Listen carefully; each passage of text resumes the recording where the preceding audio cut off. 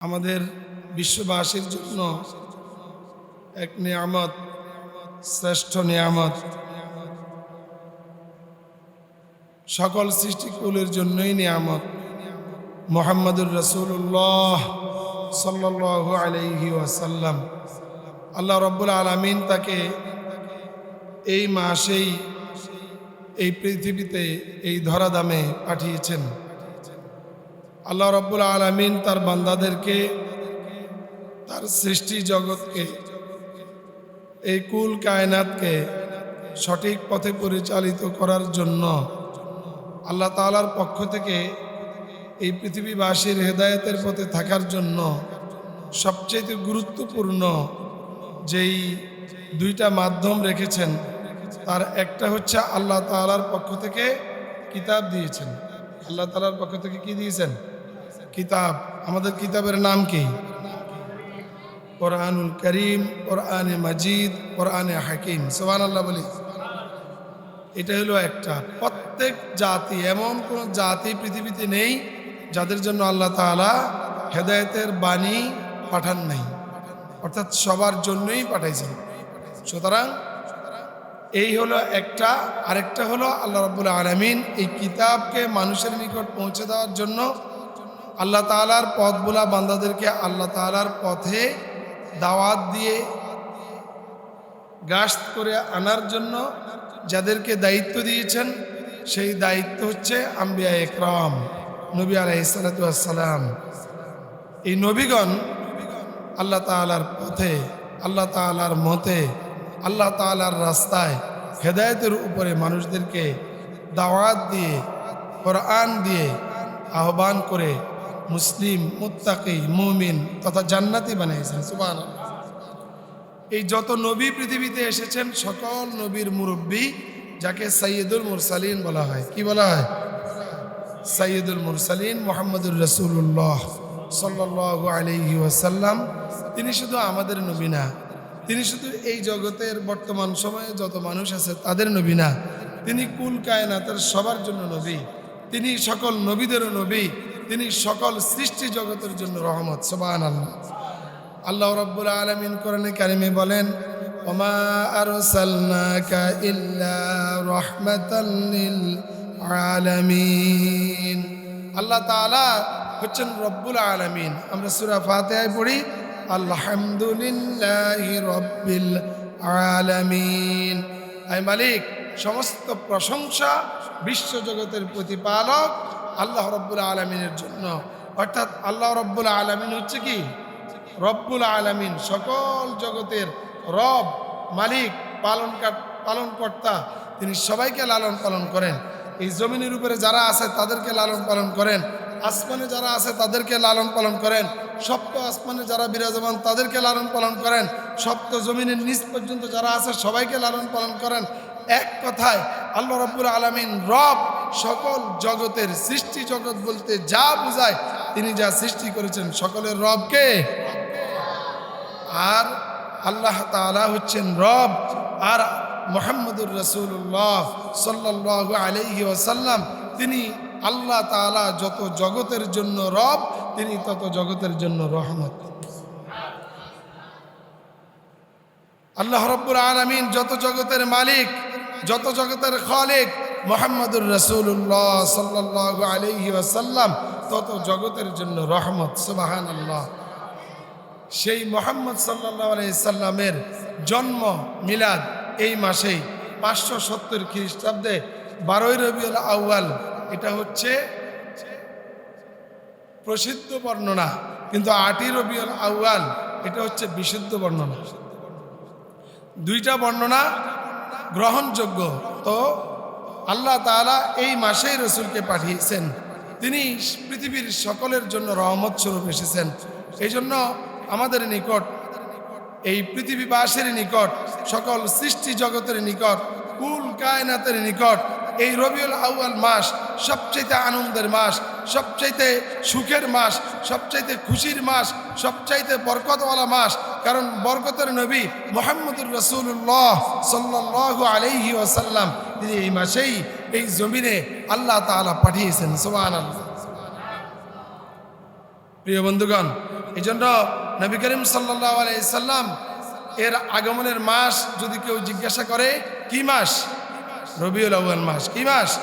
রবিউল আউয়াল মাস। আমরা বলবো আল্লাহর নবী সাল্লাল্লাহু আলাইহি সাল্লামের একখানা হাদিস থেকে আমরা জানি, আন কাতাদাতাল আনসারী রাদিয়াল্লাহু তাআলা আন আন্না রাসূলুল্লাহি সাল্লাল্লাহু আলাইহি ওয়াসাল্লাম, হযরত কাতাদা আনসারী রাদিয়াল্লাহু তাআলা আনহু থেকে বর্ণিত, তিনি বলেন, সুইলা আলা সাওমিল ইসনাইন, সোমবারের রোজা সম্পর্কে নবী করিম সাল্লাল্লাহু আলাইহি ওয়াসাল্লামকে প্রশ্ন করা হলে আল্লাহর নবী জবাব দেন ফাকালা। এই ফাকালার ফাইল হচ্ছে মুহাম্মদ সাল্লাল্লাহু আলাইহি ওয়াসাল্লাম। আল্লাহর নবী বলেন ফিহি উলিদতু ওয়া ফিহি উনজিলা আলাইয়া। আল্লাহর নবী সাল্লাল্লাহু আলাইহি ওয়াসাল্লাম বলেন, এই দিনে এই সোমবারে আল্লাহ রাব্বুল আলামিন আমাকে পৃথিবীতে পাঠিয়েছেন, অর্থাৎ সোমবার আমি জন্মগ্রহণ করেছি। আবার এই সোমবারে আল্লাহ রাব্বুল আলামিন তার পক্ষ থেকে উম্মতি মুহাম্মদের হেদায়েতের জন্য আমার উপর কোরআন নাজিল করেছেন। এই জন্য শুকরিয়া স্বরূপ আমি আল্লাহ তাআলার শুকরিয়া আদায়ের জন্য আমি এই দিন রোজা রাখি। সুবহানাল্লাহ। সুতরাং নবী করিম সাল্লাল্লাহু আলাইহি সাল্লাম জন্মদিনকে স্মরণ করতেন রোজা দিয়ে, আর আমরা এই দিনকে স্মরণ করি ঈদ দিয়ে। আমাদের মধ্যে কিছু মানুষ পৃথিবীর কোনো নবীর মহব্বত করি, পৃথিবীর কোনো নবীর ভালোবাসাকারী সাহাবী, পৃথিবীর কোনো শ্রেষ্ঠ মানুষদের মধ্যে যারা সাহাবীগণ, সকল সৃষ্টি জগতের মধ্যে শ্রেষ্ঠ নবীগণ, নবীগণের পরে মুহাম্মদুর রাসূলুল্লাহ সাল্লাল্লাহু আলাইহি সাল্লামের সাহাবী যারা, তারা রাসূলকে বেশি মহব্বত করেছেন, বেশি রাসূলের আনুগত্য করেছেন, রাসূলের সুন্নাহ পালন করেছেন। কোনোদিন কোনো সাহাবী ঈদ মিলাদুন নবী নামে কোনো ঈদ তারা পালন করে নাই। হ্যাঁ, এই দিনে তারা রাসূলের জন্য কেউ দোয়া করেছেন, দুরূদ পড়েছেন, এমনকি রাসূলের সুন্নতে তারা, সুন্নতের অনুসরণে তারা এই দিন অনেকে রোজা রেখেছেন। কিন্তু ঈদ মিলাদুন নবী নাম করে কোনো অনুষ্ঠান করে, জশ্নে জৌলুস করে কোনো মুসলমানকে তারা বিভ্রান্ত করেন নাই, বরং সবাই রাসূলের সুন্নাহর উপর ঐক্যবদ্ধভাবে ছিলেন সাহাবীগণ। সুতরাং রাসূল সাল্লাল্লাহু আলাইহি সাল্লাম এই দিন রোজা রাখতেন। এই দিনের বরকত রাসূল বলেছেন, এই দিনে নবীজি সোমবার রাসূলের জন্মদিন, এই দিনে রাসূলুল্লাহ জন্মগ্রহণ করেছেন। আল্লাহ রাব্বুল আলামিন এই জন্মের দিনেই তাকে, রাসূল সাল্লাল্লাহু আলাইহি সাল্লামকে কি দিয়েছেন? কোরআনে কারীম তথা ওহী দিয়েছেন। সুবহানাল্লাহ বলি। আল্লাহ তাআলা মুমিনদের উপর রহম করেছেন রাসূলকে দুনিয়ার মধ্যে পাঠিয়ে। আল্লাহ তাআলা বলেন, লাকাদ মান্নাল্লাহু আলাল মুমিনিনা ইয বাআসা ফীহিম রাসূলাম মিন আনফুসিহিম ইয়াতলু আলাইহিম আয়াতিহি ওয়া ইউযাক্কিহিম ওয়া ইউআল্লিমুহুমুল কিতাবা ওয়াল হিকমা ওয়া ইন কানু মিন ক্বাবলু লাফি দালালিম মুবিন। আল্লাহ তাআলা যত রহমত এই বান্দার উপরে করেছেন, সবচাইতে বড় রহমত হচ্ছে মুহাম্মদুর রাসূলুল্লাহ সাল্লাল্লাহু আলাইহি ওয়াসাল্লাম। তিনি বলেছেন যে মুমিনদের জন্য বড় রহমত রাসূল সাল্লাল্লাহু আলাইহি সাল্লামকে পাঠিয়েছেন। ইয বাআসা ফীহিম রাসূলাম মিন আনফুসিহিম, আল্লাহ তাআলা একজন রাসূল তাদের মধ্য থেকে তাদের জন্য নির্বাচন করেছেন। ইয়াতলু আলাইহিম আয়াতিহি, তার দায়িত্ব হচ্ছে তাদের নিকট কি করা? কোরআনে কারীম তেলাওয়াত করা। ওয়া ইউযাক্কিহিম, তাদেরকে পরিশুদ্ধ করা, তাদেরকে পবিত্র করা, তাদেরকে ভুল থেকে সংশোধন করা। ওয়া ইউআল্লিমুহুমুল কিতাবা, তাদেরকে কিতাব তথা কোরআন শিক্ষা দেওয়া। ওয়াল হিকমা, কৌশল শিক্ষা দেওয়া। জীবনে অনেক সাল্লাল্লাহু আলাইহি সাল্লাম তাদেরকে দাওয়াত দিয়েছেন, অর্থাৎ মানুষদেরকে দাওয়াত দিয়েছেন, কোরআন তেলাওয়াতের মাধ্যমে তাদেরকে কোরআন শিখিয়েছেন এবং তাদেরকে ভুল ভ্রান্তি থেকে শুদ্ধ পথে, সঠিক পথে, হেদায়েতের পথে পরিচালিত করেছেন। ওয়া ইউআল্লিমুহুমুল কিতাবা, কিতাব শিক্ষা দিয়েছেন। ওয়াল হিকমা, কৌশল শিক্ষা দিয়েছেন। ওয়া ইন কানু মিন ক্বাবলু লাফি দালালিম মুবিন, যদি নবী করিম সাল্লাল্লাহু আলাইহি ওয়াসাল্লাম তাদেরকে আদর্শ কৌশল শিক্ষা না দিতেন, সবগুলো গুমরাহির মধ্যে পড়ে যেত। সুতরাং গুমরাহি থেকে বাঁচার জন্য, শয়তানি থেকে বাঁচার জন্য, পথভ্রষ্টতা থেকে বাঁচার জন্য, বাতিলের ষড়যন্ত্র থেকে বাঁচার জন্য নবী করিম সাল্লাল্লাহু আলাইহি সাল্লামের আনিত আদর্শ ইসলামের উপর, কোরআনের উপর, রাসূলের হিকমতের উপর, সাহাবীদের হিকমতের উপর, সুন্নাহর উপর আমাদের সবাইকে অবশ্যই প্রতিষ্ঠিত হতে হবে। অবশ্যই আমাদেরকে রাসূলের সুন্নাহর উপর আমল করতে হবে। নবী করিম সাল্লাল্লাহু আলাইহি সাল্লাম বলেছেন, যেই ব্যক্তি আমার সুন্নত পালন করবে, মহব্বত করবে, আল্লাহর নবী বললেন মান আহাব্বা সুন্নতি ফাকাদ আহাব্বানি, যেই ব্যক্তি আমার সুন্নতকে ভালোবাসলো সেই ব্যক্তি আমি নবীকেই ভালোবাসি। ওমান আহাব্বানি কানা মাই ফিল জান্নাহ। ও আমার উম্মত, আমার সাহাবীরা, দেখতিন ভাষায় ঘোষণা করে দাও, যেই ব্যক্তি আমাকে ভালোবাসবে আমার সুন্নত পালনের মাধ্যমে, আমার আদর্শ পালনের মাধ্যমে, সেই ব্যক্তি আমার সাথে আল্লাহর জান্নাতের মেহমান হবে, সে আমি নবীর সাথে জান্নাতে থাকবে। সুতরাং নবীর আদর্শ নিয়ে বাড়াবাড়ি করার জন্য রাসূলুল্লাহ নিষেধ করেছেন হাদিস শরীফে, বলেছে ও আমার সাহাবীরা, খবরদার ইহুদি নাসারাদের মতো, ঈসা ইবনে মরিয়মের মতো, মরিয়মের অনুসারীদের মতো তোমরা নবীকে নিয়ে আমাকে নিয়ে বাড়াবাড়ি করবে না। তারা যেরকম তাদের নবীর কবরকে কব্বা বানাইলো, গম্বুজ বানাইলো, মাজার বানাইলো, এই ধরনের কোনো মাজার তোমরা বানাইবে না, এই ধরনের কোনো বেদাতি কাজ, শিরকি কাজ তোমরা করবে না, এগুলো বন্ধ করবে। বরং তোমরা মধ্যম পন্থে উম্মত, তোমরা খয়ের উম্মত, তোমরা মধ্যম পন্থা অবলম্বন করবে, তোমরা আল্লাহ তাআলার বিধান সুন্দরভাবে পালন করবে, তোমরা আল্লাহ তাআলার বিধান অনুযায়ী, আমার সুন্নাহ অনুযায়ী চলবে। আল্লাহ তাআলা তোমাদেরকে আমি নবীর সাথে জান্নাতে দেব। সুতরাং রাসূল সাল্লাল্লাহু আলাইহি সাল্লামের পূর্ণ আদর্শ মানা আমাদের জন্য জরুরি। রাসূলের আদর্শ কোন দিক থেকে বলবো, নবী করিম সাল্লাল্লাহু আলাইহি সাল্লামের আদর্শ কোন দিক থেকে বলবো, আমরা কোনো দিক বলে অল্প সময়ে শেষ করা যাবে না। কারণ নবী করিম সাল্লাল্লাহু আলাইহি সাল্লাম বলেছেন, আমি তো এসেছি উন্নত চরিত্রের পূর্ণতা দানের জন্য। সুবহানাল্লাহ।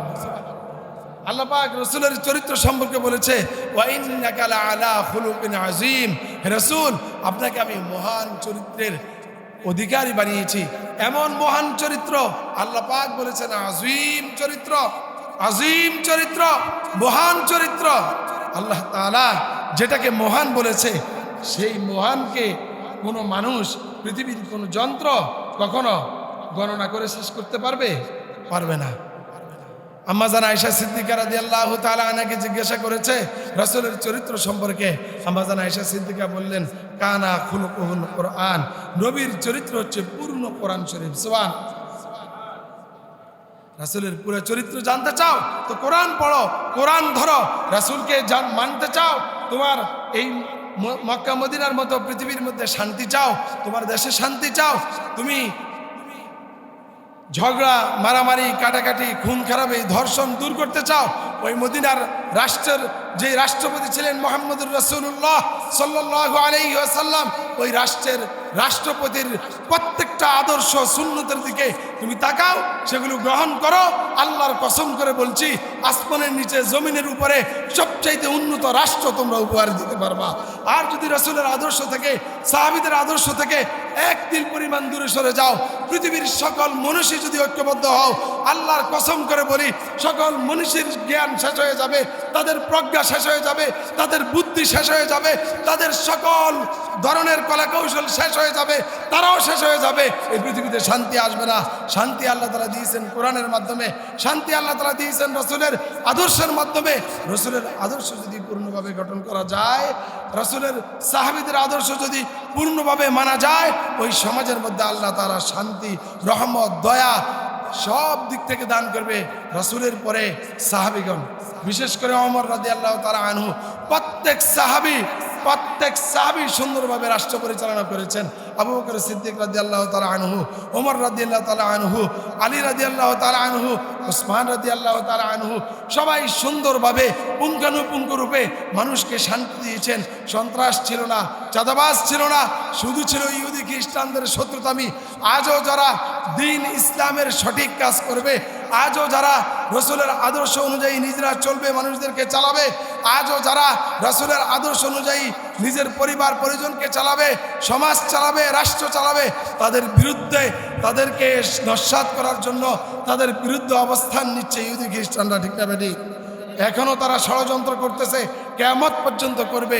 কিন্তু আমরা যারা রাসূলের আদর্শের অনুসারী, আমরা রাসূলের উম্মত, আমরা রাসূলের আশেক যারা আছি, আমরা যদি রাসূলের সুন্নাহ গ্রহণ করি, রাসূলের আদর্শগুলো গ্রহণ করি, রাসূলের সাথে আমরা তাআল্লুক রাখি আমলের দিক থেকে, রাসূল সাল্লাল্লাহু আলাইহি সাল্লামকে আল্লাহ রাব্বুল আলামিন সুন্দর ভাষায় বলেছেন কোরআনে কারিমে, আল্লাহ তাআলা বলেছেন কুল ইন কুনতুম তুহিব্বুনাল্লাহ ফাত্তাবিউনি ইউহিব্বুকুমুল্লাহ ওয়া ইয়াগফির লাকুম যুনুবাকুম ওয়াল্লাহু গফুরুর রহিম। আল্লাহ রাব্বুল আলামিন বলেন, নবী হে আপনি বলে দেন, কুল ইন কুনতুম তুহিব্বুনাল্লাহ, তোমরা যদি আল্লাহ তাআলার উপর ঈমান আনয়নকারী হয়ে থাকো, তোমরা যদি প্রকৃত মুমিন হয়ে থাকো, তাহলে তোমরা মুহাম্মদুর রাসূলুল্লাহ সাল্লাল্লাহু আলাইহি সাল্লামকে ভালোবাসো। ফাত্তাবিউনি ইউহিব্বুকুমুল্লাহ, তোমরা আমি নবীর অনুসরণ করো, আল্লাহ রাব্বুল আলামিন তোমাদের সবাইকে ভালোবাসবেন।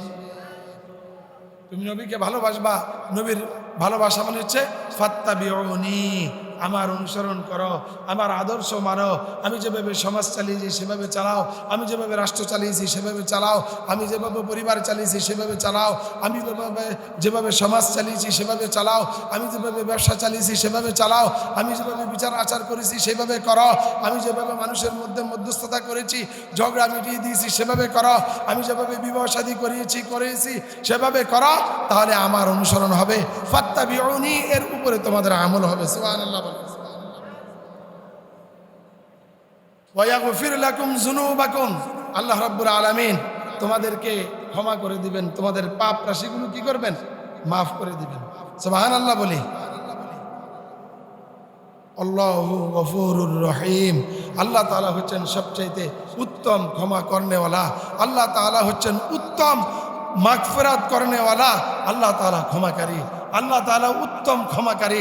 আল্লাহ তাআলার কাছে এমন কোনো মানুষ নাই চাইবে আল্লাহ আমার অপরাধ হয়েছে আমি ক্ষমা চাই, আল্লাহ তাআলা সবাইকে মাফ করে দিবে। সুবহানাল্লাহ, আল্লাহ তাআলা মাফ করে দিবে।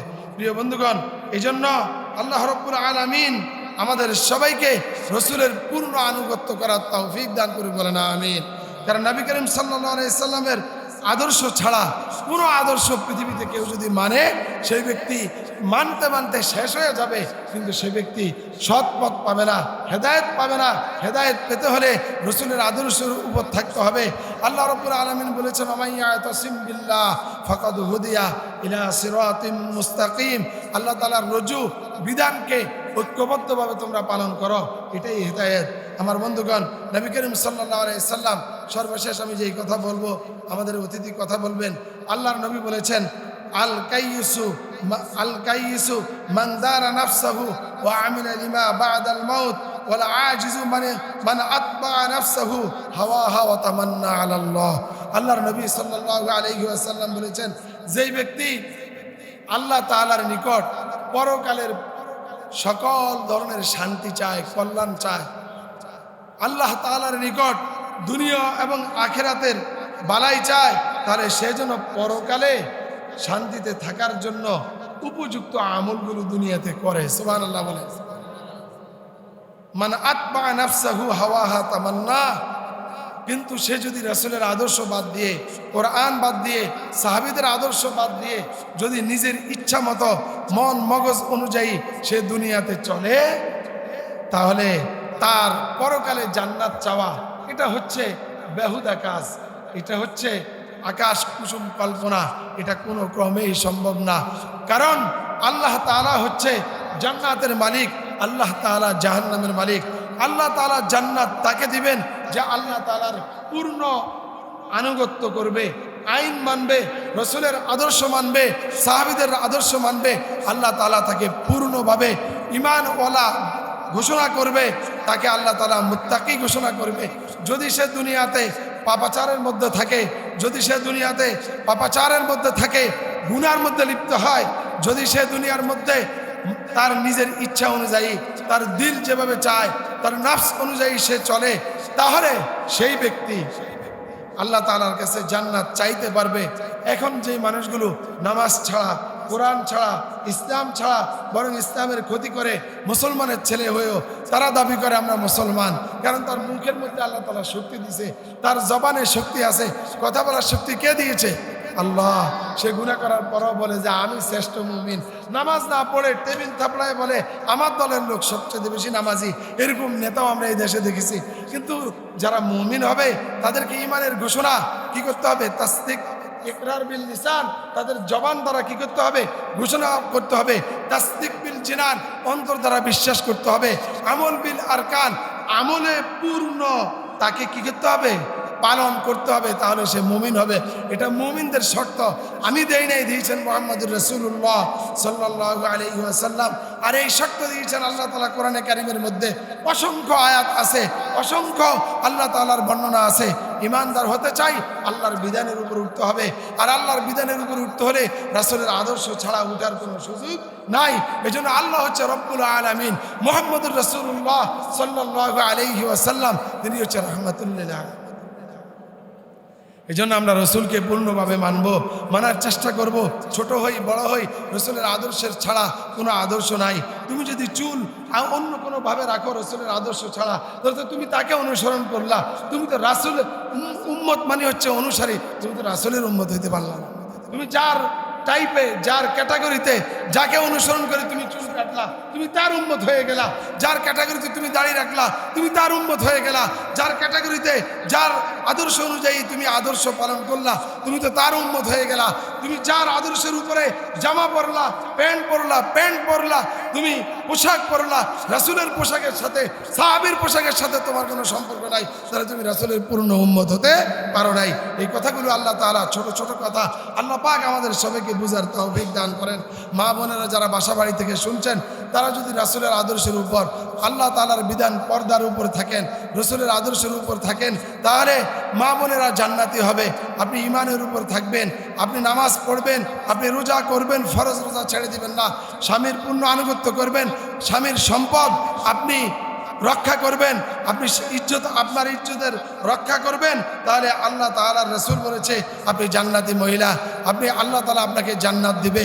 সুতরাং আমরা এই কয়েকটি আমল সুন্দরভাবে করব। আল্লাহ রব্বুল আলামিন আমাদের সবাইকে সুন্দরভাবে আমল করার তৌফিক দান করুন, বলেন আমিন। পর্যন্ত অসংখ্য আল্লাহ তাআলা নিয়ামত রসুলকে দিয়েছেন। সুতরাং রসুলের এই জন্মকে অস্বীকার করার কোনো সুযোগ নেই।